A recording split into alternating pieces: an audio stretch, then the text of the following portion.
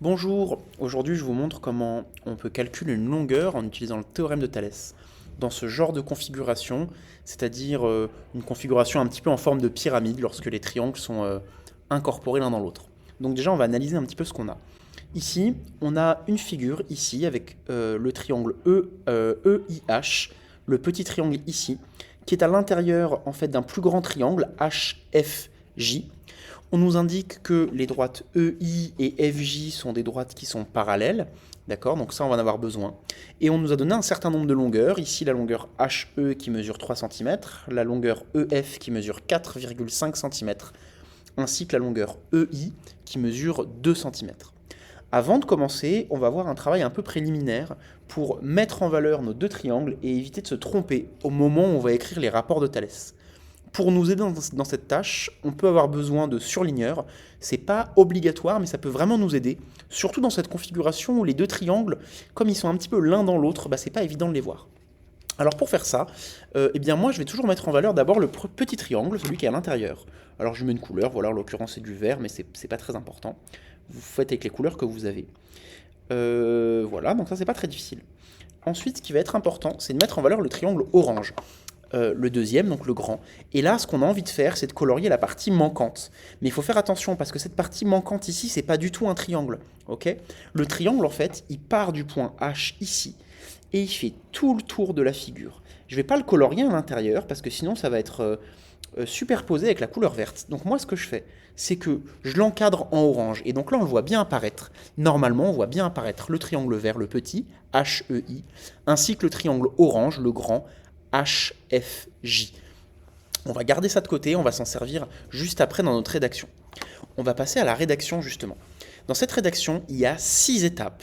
Donc à retenir que ces 6 étapes, c'est 3 phrases en français, puis 3 lignes de calcul.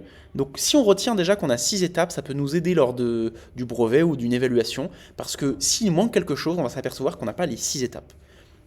On commence par la première étape, et là ça diffère d'un prof à l'autre, mais je vais vous expliquer pourquoi c'est pas très important cette différence. Ce qui compte, c'est de dire que ces 3 points sont alignés. Et que ces 3 points sont alignés, parce qu'il faut que les deux triangles aient leur côté aligné. Alors il y a des profs qui disent les points sont alignés, etc. Moi, ce que j'aime bien faire, c'est dire que la droite EF, ici qui se prolonge, et la droite IJ, ici qui se prolonge, se coupe en H. Puisqu'on dit ça, ça veut dire que les points sont alignés, et en plus on a nommé les 5 points de la figure en une seule phrase, donc en fait on la décrit quasiment. Donc ce que je vais écrire, c'est que la droite EF et la droite IJ se coupent, sont séquentes, se croisent, ça c'est comme vous voulez, se coupent en H. Très bien. Donc ça, c'est ma première phrase de rédaction. On va attaquer avec la deuxième phrase de rédaction. La deuxième phrase de rédaction, elle est très très importante. Pour pouvoir faire le théorème de Thalès, l'utiliser, il faut dire que les droites qui sont ici et là sont parallèles. Il ne suffit pas de le dire, il faut aussi que ce soit vrai. Et là, on a une raison pour laquelle c'est vrai. C'est ça. EI est parallèle à FJ. On nous l'a dit ici, et donc on peut l'utiliser. Si c'est écrit nulle part, attention, vous êtes en train de faire fausse route. Et c'était pas le théorème de Thalès qu'il fallait utiliser. Donc ici je l'écris, attention on a parole d'écrire en abrégé, hein. Donc on peut écrire EI et FJ sont parallèles, par exemple, ou EI est parallèle à FJ, c'est la même chose.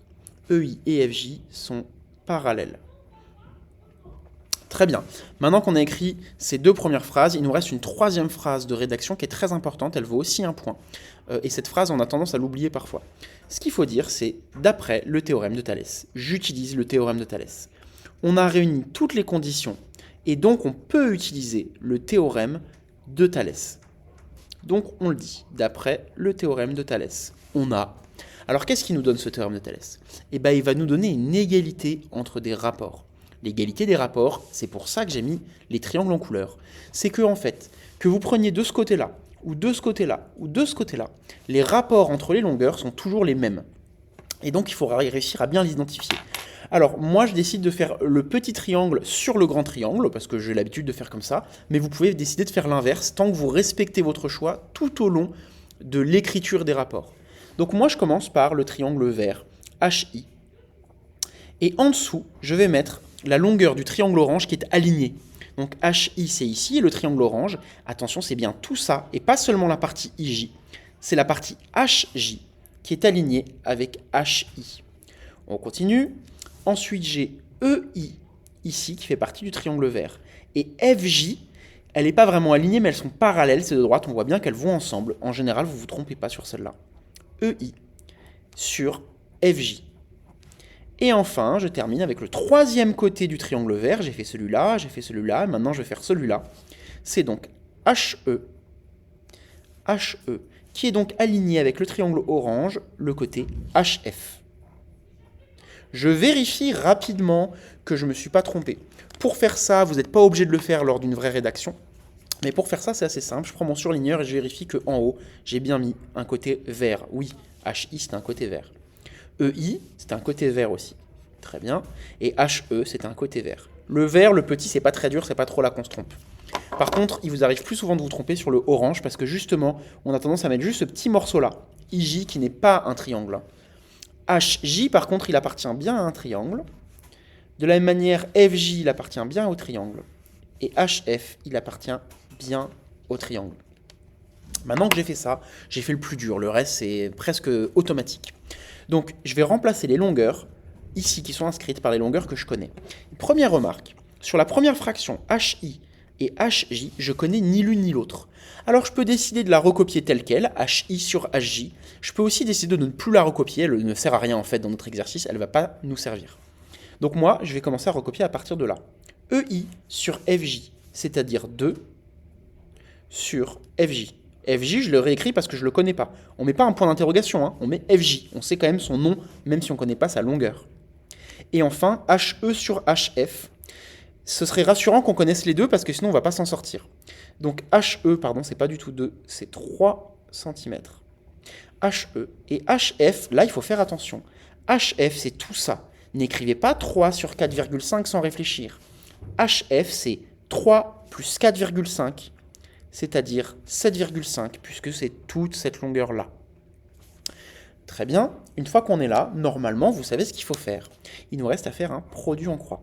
Le produit en croix, je rappelle, on commence par la diagonale, on fait une multiplication, et donc FJ est égal à 2 fois 7,5 divisé par 3. On peut le faire de tête ou à la calculatrice, ça fait 5 cm. Et ça y est, j'ai résolu mon exercice et j'ai trouvé la longueur de FJ en me servant des 3 autres longueurs que j'avais en utilisant le théorème de Thalès. Petite remarque quand même, pour les élèves qui ont des professeurs exigeants, tout ça est vraiment exigé. Par contre, il faut savoir qu'au brevet, cette première phrase, qui est sûrement aussi la plus difficile à écrire, en fait, elle ne rapporte pas de points. Donc si vous l'oubliez, vous aurez quand même tous les points de l'exercice. Et ça dépend bien sûr des fois, mais globalement, c'est 1 point par ligne de calcul. D'accord ? 1 point pour cette phrase, 1 point pour dire Thalès, 1 point pour les rapports, 1 point pour écrire les rapports avec les nombres, et enfin 1 point pour le calcul final et le résultat. Vous pouvez trouver plein d'exercices pour vous entraîner en ligne ou dans votre manuel. J'espère que ça vous aura bien aidé.